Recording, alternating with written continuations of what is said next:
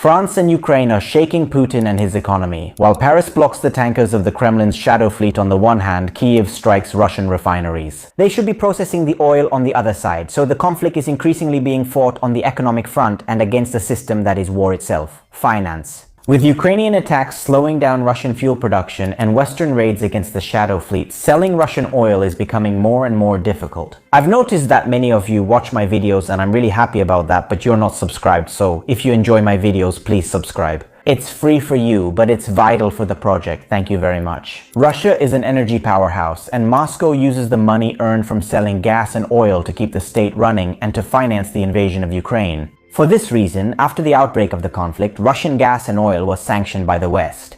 However, Russia responded by building an opaque network of oil tankers whose owners, insurers, and actual operators are unclear. We're talking about the so-called shadow fleet, which is estimated to range from 155 oil tankers to a total of 435 ships, and it would transport about 3.7 million barrels per day, equal to 65% of Russia's maritime oil trade. In economic terms, the shadow fleet would generate between $87 and $100 billion a year for the Kremlin. So we're talking about a parallel infrastructure that still allows Russia to turn oil into money to use against Ukraine. But how does the Russian shadow fleet really work? Imagine an old oil tanker registered under the flag of a country that isn't Russia, controlled by a company with unclear ownership, insured by suspicious insurance companies, and used to transport Russian oil to countries that keep buying it. And of course, to get around the sanctions. This ship might even turn off or manipulate its tracking systems or transfer its cargo to other ships. To make it even harder to figure out where the oil really comes from and where it ends up, that's why it's called the shadow fleet. And keep in mind, not everything is illegal at every single step. The whole system is designed to make Russian oil trade more opaque and to reduce the effectiveness of the sanctions. For years, this network operated because sanctions were often tougher on paper than at sea. Blacklisting a ship is easy, but stopping it is another matter. This is where France steps in. On May 31, 2026 in fact, the French Navy stopped a tanker in the Atlantic connected to the Russian shadow fleet, the Tagor, and ordered it to head towards France. According to available data, the ship had left the Russian port of Murmansk and was sailing under the flag of Madagascar, but the French authorities suspected irregularities with the flag itself. The fact is that Macron published a video of the operation and explained that ships like this circumvent sanctions and finance the war against Ukraine. Russia obviously reacted harshly, and the Kremlin spokesperson Peskov said that Moscow considers these actions close to international piracy. And the Russian Ministry of Foreign Affairs also condemned the French operation. But the interesting thing is that the Tagor is not the first Russian ship to be stopped by the French, but the fourth. In fact, around 2026, the French Navy had already seized a tanker flying the Mozambican flag in the Western Mediterranean, suspected of also belonging to the Russian shadow fleet. That ship had also left the Russian port of Murmansk. And in January 2026, France had also stopped the tanker Grinch between Spain and Morocco, again due to suspicions related to the Russian shadow fleet. It means that France is finally turning the sanctions on paper into operational actions, and Russia should take notice. The real problem isn't so much the single lost ship, because even if it were fully loaded, it wouldn't be enough to cause real economic damage. The real problem instead is the insurance, because if these operations continue, fewer and fewer parties will be willing to insure the trips. Not to mention the fact that captains and crews will be more afraid to take risks, and this will make everything more expensive and also harder to organize.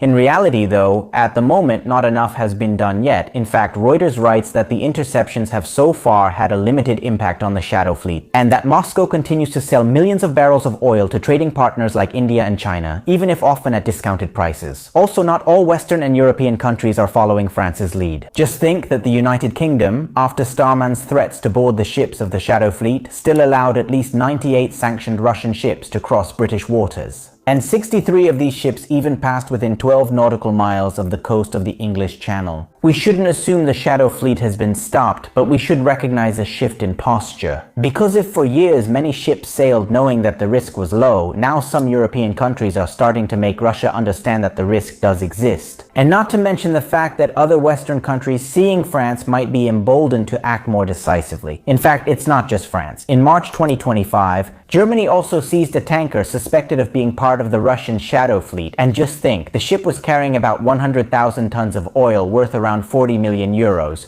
Meanwhile, the European Union increased pressure with its 20th sanctions package in April 2020.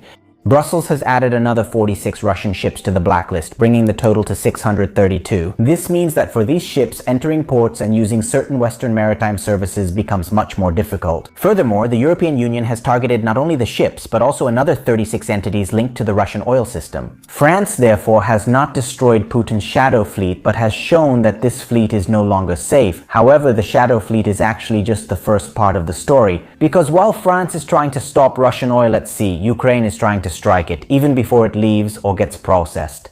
In fact, Kiev is using long-range drones to hit refineries, depots, and oil terminals in Russian ports. And if it hits a refinery, it's destroying the place where oil becomes fuel. And fuel is essential for Russian citizens, for the army, and for trade. Selling oil at a discount to other countries is one thing, but exporting gasoline and other refined products is different. Moreover, the Russian army runs on fuel, because without fuel, logistics slow down and so do supplies to the front. And in fact, Ukraine has intensified its attacks, doubling the number of refineries hit since the beginning of 2026 compared to the same period in 2025.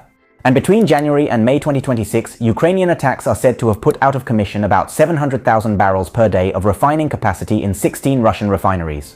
In the same period in 2025, only 8 had been hit. So Ukraine is putting pressure on many different points of the Russian oil system, and we're not even talking about small plants, just to be clear, like those in Yaroslavl and North Sea. They can process about 15 and 16 million tons of oil per year and about 300,000 and 320,000 barrels per day respectively. Then there's Ryazan, which alone accounts for almost 5% of Russian refining, not to mention Volgograd, which processed 13.5 million tons of oil in 2024. And now, after the attack at the end of May 2026, it has had to stop processing oil. In short, Ukraine is striking at the heart of the Russian economy. And in fact, according to the International Energy Agency, Russian crude oil production in April 2026 dropped by 460,000 barrels per day compared to the previous year, falling to about 8 million barrels per day. But now, pay attention, as I said before, fuel is not only needed for export and for the military, but also for ordinary people. So, obviously, Ukrainian attacks are also creating problems with fuel availability for ordinary people. In fact, at the beginning of June 2026, Crimea, occupied by Russia, had to tighten fuel rationing, and in recent months, several Russian regions have also had problems. Anyway, the point is that Western sanctions against the shadow fleet target the way Russia sells oil.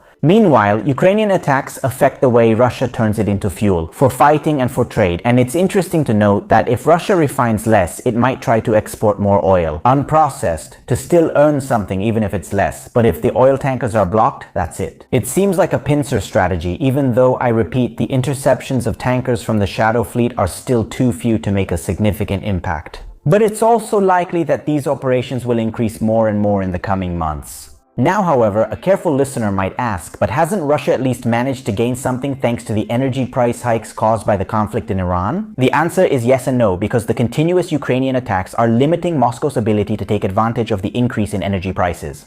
That said, Moscow still continues to sell oil and tries to adapt to every Ukrainian and Western move. The shadow fleet continues to get through in many places, and the refineries that were hit can be repaired. However, the direction remains clear because oil, which is one of the economic foundations of Russian power, has now become a permanent target. And this makes the conflict in Ukraine increasingly costly and difficult to sustain month after month. And in your opinion, will Russia be able to handle all these difficulties? Write it to me in the comments, leave a like, hype it up, and subscribe to the channel if you enjoy my videos. Bye.